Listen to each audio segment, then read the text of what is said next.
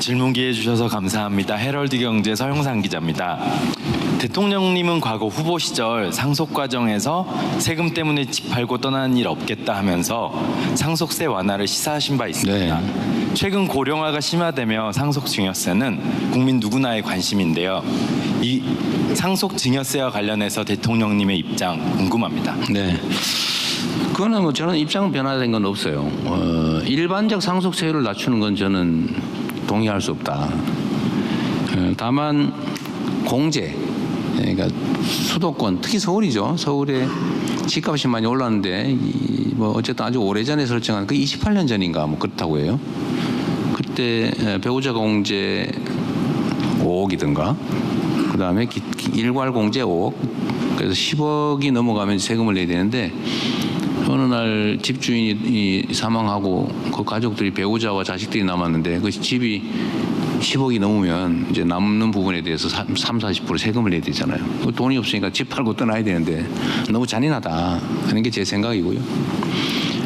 가족이 죽은 것도 억울한데 그 죽었다는 이유로 아무 수요 없이 갑자기 세금을 내야 돼서 내쫓긴다. 말이 안 되잖아요. 근데 그런 인구가 많이 늘었다는 보도를 제가 봐서 서울의 평균 집값 한 채 정도 가격을 넘지 않는 선에서 그냥 집에서 그냥 계속 살 수 있게 해주자. 뭐 돈 번 것도 아닌데. 라고 해서 나온 게 그거죠. 네. 일괄 공제, 그 다음에 배우자 공제 금액을 올리자. 그래서 이사 안 가고 살 수 있게는 해주자. 라고 했는데 임광현 의원이 그때 만들어낸 게 아마 10억, 8억 이렇게 해가지고 18억까지는 세금 없게 해주자 이렇게 됐던 것 같아요. 그때 공약했는데 이거는 제가 전 말했으면 지켜야 되니까요. 아마 이번에도 개정하지 않을까 싶은데 어떻게 혹시 그 개정 내용 아세요?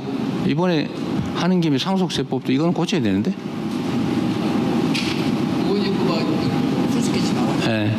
하여튼 이번에 그 처리하는 걸로 하시죠, 뭐 한꺼번에. 예, 정책위하고 네. 상의하겠습니다.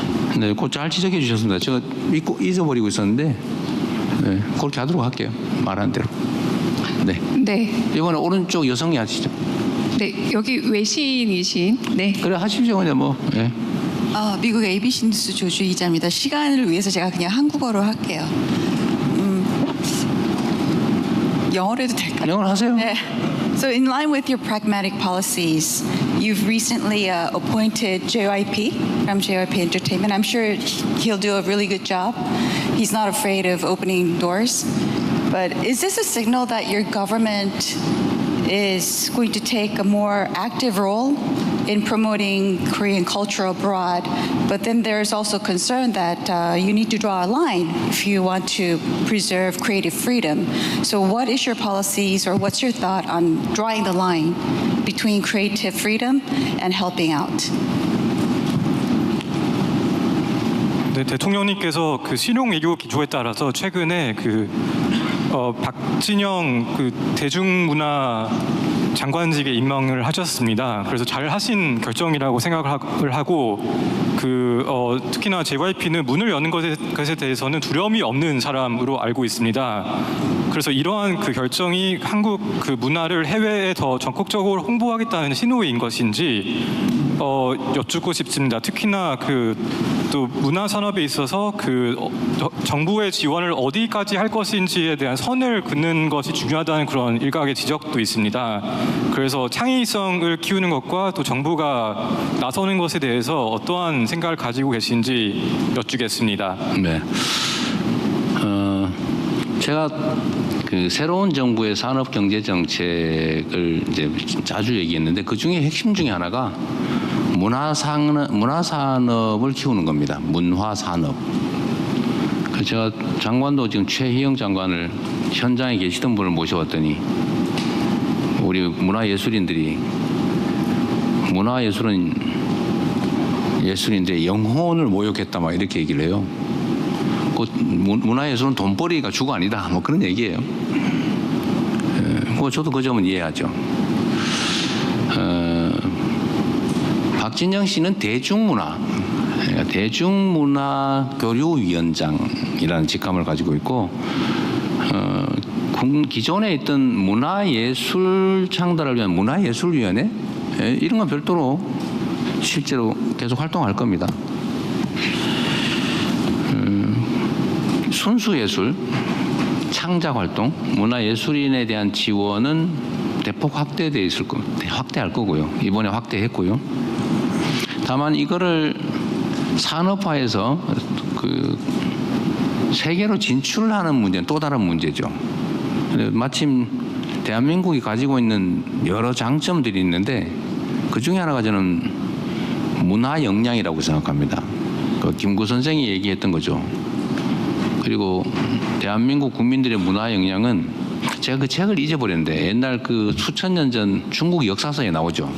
동이족에 대한 이야기인데 가물을 즐기고 큰 활을 잘 쏘는 저 동쪽에 오랑캐가 있는데 거긴 잘 건들면 안 된다, 위험하다, 뭐 이런 취지의 내용이 있어요. 실제로 위험했죠. 수나라 당나라 쳐들어왔다가 다 망하고 지금 왕조가 망해버렸잖아요. 약간 그런 나라죠. 지금도 그 문화 역량은 뛰어나고 온 종교가 이렇게 다양하게 거의 대등하게 분점하고 있으면서 싸움 안 난 나라가 세계적으로 잘 없어요. 우리나라도 그 대단한 나라입니다. 근데 최근에 이제 이게 대한민국 문화 영향이 각광받기 시작한 것 같아요. 한두 가지가 아니죠. 예를 들면 팝, 드라마, 영화뿐만이 아니라 뭐 뷰티, 푸드. 저는 그 마지막 최종 단계는 결국은 저는 민주주의라고 봐요. 전 세계가 극우화되고 좀 이상하잖아요, 전 세계가. 그래서 대한민국만 그 극우에게 휩쓸리지 않고 국민 주권이 일상적으로 발현되는 정말 제대로 된 민주주의 국가로 남아 있어요. 그것도 폭력화되지 않고 아름다운 응원봉으로 국가 내란 사태를 이겨내는 세계사에 없는 일을 해내잖아요. 아마 저는 꽤 오랜 시간이 지난 다음에 민주주의에 대해서 배우는 세계의 어린이들이 그리스 아테네도 배우겠지만 2024년에 대한민국 서울도 저는 하나의 사례로 배우게 될 거라고 생각합니다. 대한민국의 문화 역량을 산업으로 발전시켜서 우리 국민들이 먹고 살 길을 만드는 것도 중요한데 박진영이라는 사람이 그 측면에서 아주 뛰어난 기획가예요. 다행히 맡아주시겠다고 했는데 거기는 주로는 문화의 산업화, 문화의 그 글로벌 진출 거기에 주력하게 될 거고 국내 문화예술 창달 지원은 또 다른 영역에서 맡게 될 겁니다. 저는 꽤 많은 성과를 낼 거라고 보고 기대를 크게 가지고 있습니다. 자, 그러면 지금부터 잠시만 주목해 주시기 바랍니다. 제가 구독자분들을 위해서 선물 하나를 준비했는데요. 제가 항상 여러분들께 드리는 말씀이 있습니다. 뉴스만 평소에 잘 챙겨보셔도 돈이 되고 돈을 벌 수 있다라고 말씀을 드렸는데요. 여러분들은 여기 보시는 삼성전자 뉴스를 보고 어떤 생각이 드세요? 아니면 정치인들의 뉴스, 날씨 뉴스를 보고는 어떤 생각이 드시나요? 그냥 뉴스만 보고 끝내는지 아니면 이 뉴스를 어떻게 이용할 수 있는지 이 부분을 고민하고 계시는지를 되물어 보고 싶습니다. 그 이유가 뭐냐 하면 제가 지난번에 여러분들께 뭐라고 말씀을 드렸었죠? 지금은 반도체 섹터를 눈여겨보셔야 한다고 말씀드렸습니다. 그리고 나서 이런 썸네일들을 뉴스를 통해서 많이 보셨을 겁니다. 반도체 내용이 이슈가 됐을 때 부자들은 어떻게 생각할까요?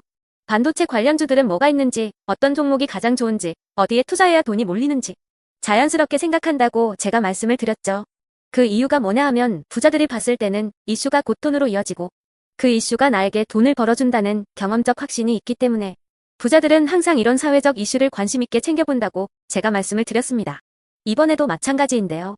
제가 지난번에 시청자분들과 함께하는 주식으로 수익 내기 이벤트를 진행했었죠. 당연히 100% 무료로 진행을 했었고요. 여기 보시면 아시겠지만 제가 지난번에도 구독이라고 보내주신 모든 시청자분들께 반도체 관련주 중에 가장 크게 급등할 딱 한 종목, 많은 종목도 아니라 한미반도체 한 종목을 여러분들께 추천드렸어요.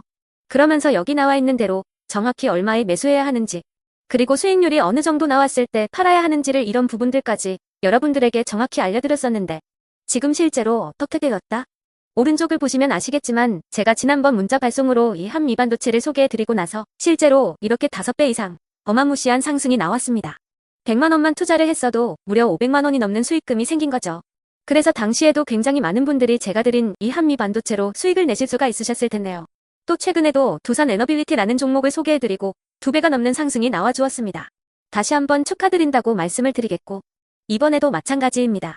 앞으로도 2025년, 2026년 계속해서 기대해볼 섹터는 AI입니다. 그 중에서도 AI 반도체는 그 누구도 부정할 수 없는 미래성장 산업입니다. 그러면 우리가 어떻게 생각해 볼 수 있을까요?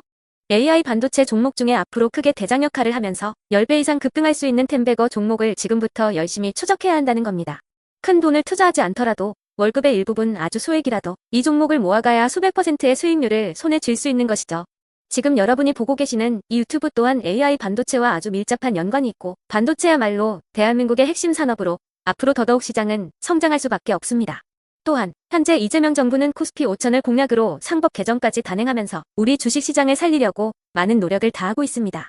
5년 동안 정부는 우리나라의 주식시장을 살리기 위해 주도적으로 행동해 나가면서 이재명 대통령 본인 또한 코스피 지수에 본인 월급을 투자하겠다고 선언한 상황인데요. 그렇기 때문에 제가 이번에도 뭘 보내드리고 있냐면 지난번과 똑같이 구독이라는 문자를 보내주시면 제가 AI 반도체 관련주 중에 앞으로 대장주 역할을 하면서 주가가 가장 크게 급등할 한 종목을 여러분들께 문자 발송으로 종목명과 사고 파는 시점을 모두 알려드릴 건데요. 그 문자를 받고 여러분들이 주식으로 돈 버는 연습을 한번 해보셨으면 좋겠고요. 혹시라도 나는 주식을 하지 않는다 하시는 분들은 주변에 주식하시는 지인분들에게 말씀을 해주셔도 되고요. 아니면 연세가 있으셔서 투자가 어렵다 하시는 분들은 이 종목을 자녀분들에게 한번 사봐라. 이걸로 한번 수익을 내봐라. 이렇게 조언을 해주실 수도 있는 거겠죠. 그래서 지금 이 영상을 보시는 시청자분들 중에 나도 이번 종목이 좀 궁금하다 하시는 분들은요.